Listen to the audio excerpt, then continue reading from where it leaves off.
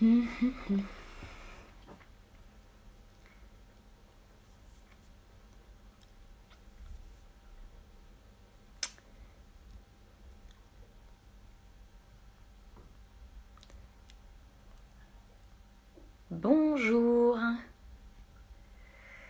Je profite que les gens arrivent pour épingler mon nom.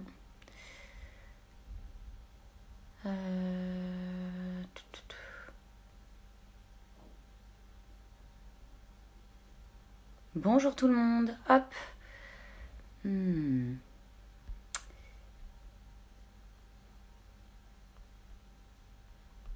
Bonjour à tous. J'épingle rapidement mon nom. Comme ça, je laisse aux gens le temps d'arriver. Hop.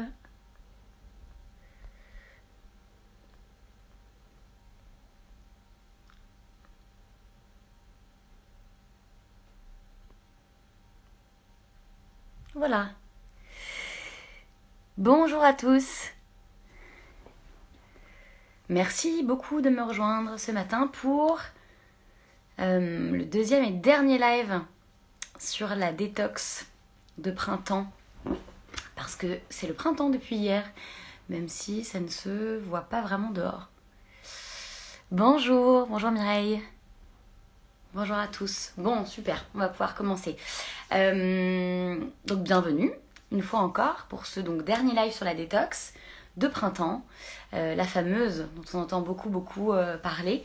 J'ai fait un premier live sur le sujet la semaine dernière. Donc j'ai surtout parlé de l'importance d'avoir une hygiène alimentaire saine. J'ai parlé de restrictions alimentaires pour mettre son système digestif en veille. Donc on ne va pas revenir dessus aujourd'hui. J'invite ceux et celles qui nous rejoignent aujourd'hui et qui n'étaient pas là la semaine dernière à revisionner le live qui est disponible en IGTV sur le compte Instagram de Qui. Aujourd'hui, on va parler des 2 et 3e temps de la cure détox, l'activation, l'ouverture des émonctoires, donc des organes filtres, et la libération cortico-diencéphale. Alors, la première chose, c'est comment est-ce qu'on active ces émonctoires, donc ces organes filtres qui sont au nombre de 5 dans le corps, je le rappelle, intestin, foie, poumon, peau et rein.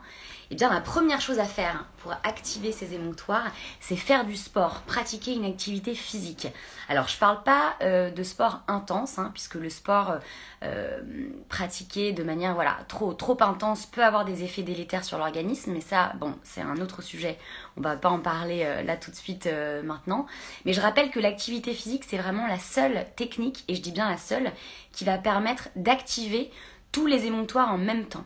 Le transit va s'accélérer, la transpiration va augmenter, la respiration va s'accélérer aussi. Voilà, ça va vraiment activer tous les émonctoires. Quand on bouge son corps, on va activer également la circulation sanguine et lymphatique. Donc les déchets vont être précipités beaucoup plus vite vers les portes de sortie. Donc voilà, faites du cardio, marchez, bougez, faites du pilates, faites du yoga, faites tout ce que vous voulez, mais bougez votre corps. L'alimentation saine seule ne suffira pas à nettoyer votre organisme. C'est très important de le comprendre. En plus, c'est bon pour le mental, le sport. Et puis, a priori, on a le droit de sortir un peu comme on veut en ce moment, donc profitons-en. Faisons du sport. Une autre technique qui est très intéressante dans le cas de la détox, c'est le massage et plus particulièrement le drainage lymphatique manuel. La lymphe fait partie des liquides qui nous composent, avec le sang, avec les liquides interstitiels, etc. On a à peu près dans le corps 3 litres de lymphe. Et cette lymphe, elle a plusieurs rôles. Elle a un rôle immunitaire, un rôle d'échange de nutriments et un rôle de transport des déchets vers les portes de sortie. Sauf que la lymphe, contrairement au sang qui lui est propulsé en fait par le cœur, la lymphe, elle bénéficie pas d'un système de pompe. Pour circuler, en fait, elle a besoin de mouvement, cette lymphe. Et le problème, c'est que si cette lymphe stagne, eh bien, les déchets aussi vont stagner. Donc le drainage lymphatique manuel, c'est une technique qui est très intéressante parce que c'est un massage qui va permettre de relancer et la circulation lymphatique et la circulation sanguine qui travaillent ensemble, qui fonctionnent ensemble. Donc ça va être indiqué pour toutes les personnes qui vont avoir des problèmes de cellulite, de rétention d'eau, d'œdème, qui vont avoir aussi des troubles digestifs, certaines pathologies ORL, des problèmes de stress, des problèmes immunitaires, des problèmes de cicatrisation et bien évidemment l'envie de détoxiquer leur organisme. Alors évidemment il y a des contre-indications, hein, tout le monde ne peut pas faire de drainage lymphatique, mais ça c'est à voir avec le praticien directement. Si vous avez besoin de recommandations, de noms de praticiens, etc., n'hésitez pas à m'écrire en message privé, je me ferai un plaisir d'y répondre. En tout cas, moi, pour l'avoir pratiqué à titre personnel, j'adore cette technique. On se sent plus léger, le corps est dégonflé, on dort beaucoup mieux, on gagne en énergie. Je suis vraiment une très très grande adepte du drainage lymphatique manuel. Le problème du drainage lymphatique manuel, c'est que ça a un coût, hein, donc on ne peut pas le faire tous les jours. Donc il y a une petite technique que moi j'aime bien apporter en complément et qu'on peut pratiquer à la maison très facilement, c'est le brossage à sec. Alors qu'est-ce que c'est? Je vous montre tout de suite. Ça se pratique avec une brosse comme ça, ou une brosse comme ça, beaucoup plus pratique pour accéder à l'arrière du corps, au dos. Je ne sais pas si certains d'entre vous le pratiquent, hein. N'hésitez pas à partager vos expériences avec nous. Donc, qu'est-ce qu'on va faire? On va, comme son nom l'indique, on va brosser la peau à sec. Faut savoir qu'en fait, le réseau lymphatique se situe juste en dessous de la peau. Donc en fait, quand on brosse l'épiderme, on va stimuler cette circulation lymphatique. Alors concrètement, comment ça se pratique? Donc avec une brosse comme ça, en poil naturel de préférence. Alors il existe des brosses en poil synthétique, mais c'est trop agressif pour la peau. Moi je conseille plutôt d'utiliser des brosses comme ça en poil naturel. Et on va le pratiquer sur la peau sèche, sur une peau sèche, donc à n'importe quel moment de la journée, ça c'est vous qui choisissez. Moi j'aime bien par exemple le pratiquer le matin avant d'entrer dans ma douche. En plus ça a un effet hyper tonifiant, ça réveille le matin, c'est très agréable. Et comment on fait? En fait, on va pratiquer le brossage du bas vers le haut. Donc par exemple, je vous montre mon bras ici. On va le pratiquer comme ça. On va remonter en ligne droite. Ou alors en mouvement circulaire. Moi, je le fais en mouvement circulaire sur les zones où il y a plus de chair, plus de graisse. Donc les cuisses, les fesses, etc. etc. Et l'important, c'est en fait de ramener la lymphe au niveau des ganglions lymphatiques, donc qui se situent au niveau des aisselles pour les bras. On va ramener au niveau des aisselles. Pour les jambes, on va ramener la lymphe au niveau de l'aine, là où se situent les ganglions lymphatiques. Et on a aussi des ganglions derrière les genoux. Et donc voilà, et on va brosser le corps comme ça, donc du bas vers le haut. Pas vers le haut. Et ça c'est très très intéressant parce que en fait comme on va ramener cette lymphe qui transporte les déchets au niveau des ganglions lymphatiques qui jouent un petit peu un rôle de station d'épuration, et ben on va faciliter le travail de détox. Alors les bienfaits du brossage à sec sont très nombreux. Déjà, on n'a plus besoin de gommage. La peau est exfoliée, elle est beaucoup plus douce. Le grain de peau est affiné, l'effet peau d'orange est vraiment vraiment amélioré. Moi, je peux vous le dire, je le pratique depuis 1 mois et demi et je vois vraiment un effet très très bénéfique sur ma peau. C'est assez impressionnant. Moi je le pratique 2 à 3 fois par semaine parce que alors certains recommandent de le pratiquer tous les jours. Moi je trouve que c'est bien de laisser aussi la peau se régénérer. Donc voilà, 2-3 fois par semaine pour moi c'est une bonne fréquence. En complément de ces techniques-là, massage, brossage à sec, etc., on va pouvoir utiliser certaines plantes qui vont avoir la spécificité de drainer les émonctoires, donc de drainer les déchets acides par les reins, de désengorger le foie, d'activer la sécrétion de bile, de favoriser l'élimination des toxines et des toxiques via la peau, par la transpiration, et d'augmenter les échanges gazeux via les poumons. Alors il existe plusieurs plantes par émonctoire, je vais en citer certaines. Pour le rein, on va avoir la prêle, on va avoir le pissenlit, on va avoir le bouleau moi j'aime beaucoup, hein, très intéressante pour la rétention d'eau, le bouleau. Pour le foie, on va avoir l'artichaut, le bol d'eau, le radis noir, le chardon-marie. On va pour les poumons avoir la pulmonaire, facile à retenir, mais aussi l'eucalyptus, le thym, etc. Pour la peau, on va avoir la bardane, la bourrache. Pour les intestins, on va avoir la mauve, la guimauve, la fleur de pêcher, etc. Donc voilà, il en existe beaucoup. Où acheter les brosses pour le brossage à sec. Alors je vous invite à m'envoyer un petit message en message privé sur mon compte Instagram que j'ai épinglé. Je vous répondrai, je vous donnerai des références, il n'y a pas de problème. Donc voilà, donc pour revenir aux plantes, je vous ai fait un petit florilège de toutes les plantes qu'on peut utiliser par émonctoire. Alors on peut les consommer évidemment de plusieurs façons, hein. On peut les consommer en décoction, en infusion, en comprimé, en gélule, en teinture mère, en huile essentielle, etc. Et dans le cas de la détox, c'est intéressant de les prendre en cure. Moi par exemple, j'aime bien les prendre 3 semaines. Puis une semaine de pause, ce qu'on appelle une fenêtre thérapeutique, et puis je les reprends pendant 3 semaines. C'est intéressant de faire des cures de 3 mois pour que ce soit efficace. Alors, ce qu'il faut comprendre dans le cas des plantes, c'est que certaines plantes vont me convenir à moi et pas à vous. Donc c'est important de faire des mélanges. Moi je trouve que c'est ce que je conseille souvent. Je pense que c'est le meilleur moyen d'avoir un effet le plus efficace possible. Très important dans le cas des plantes d'être conseillé par un phytothérapeute, par un naturopathe, par un aromathérapeute. Une plante mal dosée, ça peut être toxique pour la santé. Ça c'est très très important de le rappeler. C'est pas parce que c'est naturel une plante que ça peut pas faire de mal à l'organisme. Donc très important de se faire accompagner. La chaleur va également permettre de faire sortir les déchets par la peau via la transpiration. Donc tout ce qui va être sauna, hammam, bain chaud, très intéressant en complément de toutes ces techniques. Et selon si on a tendance à accumuler plutôt des déchets acides dans le corps ou plutôt des déchets muqueux, là on va choisir plutôt la chaleur sèche du sauna ou la chaleur humide du hammam. Hein. Ça c'est à voir au cas par cas. Alors toutes ces techniques-là dont je vous parle, même couplées à l'alimentation, elles ne sont pas efficaces si le mental n'est pas tranquille, ce qui m'amène au 3e temps de la cure de détox qui est la libération cortico-diencéphale. Alors qu'est-ce que c'est ? En fait, durant ce temps-là, on va chercher à relaxer profondément l'organisme pour qu'il puisse éliminer correctement. Une bonne détox ne peut pas se faire sans cette étape, ça c'est très important de le comprendre.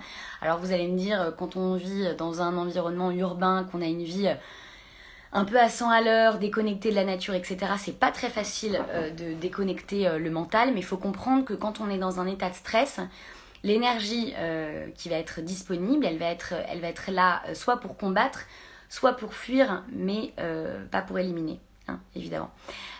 Alors comment on fait pour essayer de relaxer un peu le mental ? On peut commencer par faire une petite détox numérique. Donc je vous invite après ce live à déconnecter la Wi-Fi, déconnecter le téléphone pendant même ne serait-ce qu'une journée, parce que c'est difficile pour le corps de s'adapter à toutes ces ondes qui nous entourent et qui sont de plus en plus fortes en fait. Donc déconnecter son Wi-Fi, son téléphone, même le temps d'une journée, d'une après-midi, ça peut pas faire de mal. Évidemment, se mettre au vert tant qu'on peut, aller dans les parcs, etc. On peut sortir, donc profitons-en. C'est important de retrouver le contact avec la nature et le contact avec le silence aussi, le plus possible, puisque les bruits ambiants de la ville, c'est très fatigant pour l'esprit. Et si l'esprit est fatigué, eh bien, le corps ne se régénère pas. Pratiquer évidemment tout ce qui va être la méditation, ça peut être un très bon moyen de faire redescendre le mental, hein, être dans l'instant présent, être dans son corps, spectateur de ses sensations, sans juger. Quand on médite, on n'est pas dans une projection, hein, on est juste là, ici et maintenant, et ça c'est très intéressant pour limiter le stress.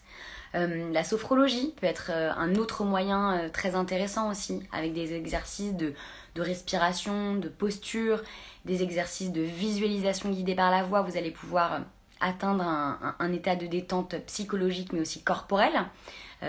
Donc c'est une super technique, la sophrologie. Bien évidemment, les techniques de respiration peuvent être aussi très intéressantes. Alors, on a la respiration ventrale que tout le monde connaît, qui est une respiration où on va gonfler son ventre comme un ballon à l'inspire et puis le dégonfler à l'expire.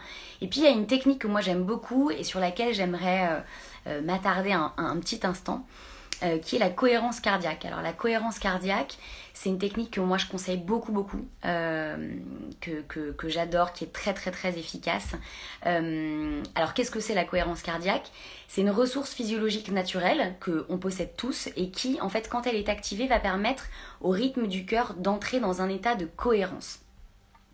Quand le cœur est dans cet état, en fait, il va y avoir un équilibre parfait entre l'esprit, entre le corps et le cœur, un équilibre idéal en fait. Alors les bienfaits de la cohérence cardiaque sont très nombreux. Elle permet, évidemment quand elle est pratiquée de manière régulière, d'augmenter l'espérance de vie, ce qui est quand même pas négligeable, ralentir le vieillissement, elle va booster notre concentration, elle va booster notre mémorisation, enfin de manière globale toutes nos capacités cognitives en fait, et puis elle va permettre une meilleure gestion du stress et des émotions. Alors comment est-ce qu'on pratique la cohérence cardiaque? On va respirer profondément par le ventre, c'est une respiration qui est ventrale, la cohérence cardiaque, et on va inspirer sur 5 secondes et expirer sur 5 secondes, comme ça de manière continue sans pause. J'insiste bien sur le 5 secondes puisque c'est la fréquence respiratoire idéale, optimale. Et en respirant de cette manière-là, le cœur va en fait se synchroniser sur la fréquence respiratoire et entrer en cohérence. 5 minutes de cohérence cardiaque, c'est 5 heures de bénéfice pour le corps. Donc c'est quand même super intéressant. Donc pour avoir un bénéfice sur toute la journée, moi je conseille de la pratiquer 3 fois par jour, 5 minutes le matin, 5 minutes à l'heure du déjeuner et 5 minutes le soir. Un dernier point qui est très important quand on fait une détox, c'est évidemment s'entourer de personnes bienveillantes, positives, qui vont vous soutenir. On s'éloigne à tout prix des personnes toxiques. Les bonnes énergies qui nous entourent, c'est primordial quand on veut réussir sa détox. Voilà, vous avez, après ces 2 lives, toutes les informations nécessaires pour entamer la vôtre. Si, encore une fois, vous avez l'énergie nécessaire pour le faire, et j'insiste beaucoup sur ce point. On ne fait pas une détox quand on est malade, on ne fait pas une détox quand on est en traitement, on ne fait pas de détox quand on est enceinte, etc., etc. Très important de le préciser. Et si on est novice, on se fait accompagner par un professionnel, un naturopathe, très important. La semaine dernière, je vous ai parlé de l'atelier que j'organisais autour de la détox, justement, un atelier qui initialement devait durer 3 jours. Alors le format a été un petit peu modifié parce qu'on s'est rendu compte que 3 jours, ça faisait peut-être un peu peur. Donc maintenant, l'atelier aura toujours lieu, mais il aura lieu le 3 avril uniquement. Il comprendra une conférence sur la détox qui sera donnée par mois, avec un gros focus sur la monodiète, un très bon moyen de mettre son système digestif au repos, suivi d'1 heure d'Hatha Yoga avec la belle Taya Veri pour ceux qui la connaissent. L'atelier s'appelle Shavasana de l'estomac et les inscriptions sont déjà ouvertes sur le site internet de Ki, donc je vous invite à y aller. Moi je serais très contente de vous y retrouver en tout cas, j'ai hâte qu'il commence. Si vous avez des petites questions pour moi autour de la détox, vous n'hésitez pas à m'envoyer un petit message privé sur mon compte Instagram Morgane_Bardin_naturopathe. Je l'ai épinglé au début du live. Donc voilà, vous n'hésitez pas. Moi j'étais très contente de faire ces 2 lives avec vous, de vous retrouver le dimanche. J'espère vous retrouver très bientôt ici ou ailleurs sur mon compte. Voilà, je vous souhaite un très bon dimanche, un beau printemps qui commence et voilà, je vous dis à bientôt pour l'atelier, pourquoi pas.